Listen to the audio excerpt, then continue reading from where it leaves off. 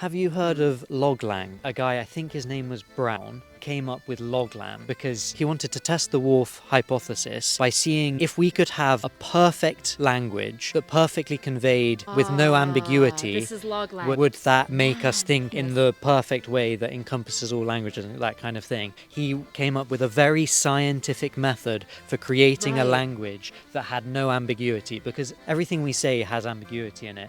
A good example is, Romeo and Juliet fell in love. Well, did they fall in love with each other? Or did they fall in love with other people? Did they fall into a pile of love? The literal definition is one I like to tease out always. Yeah. It's more fun. Yeah, exactly. And so the idea is that in LogLan, you would have a very convoluted sentence, but it would address everything so that everything was perfectly communicable through words. What are your thoughts on that? I don't think that's possible.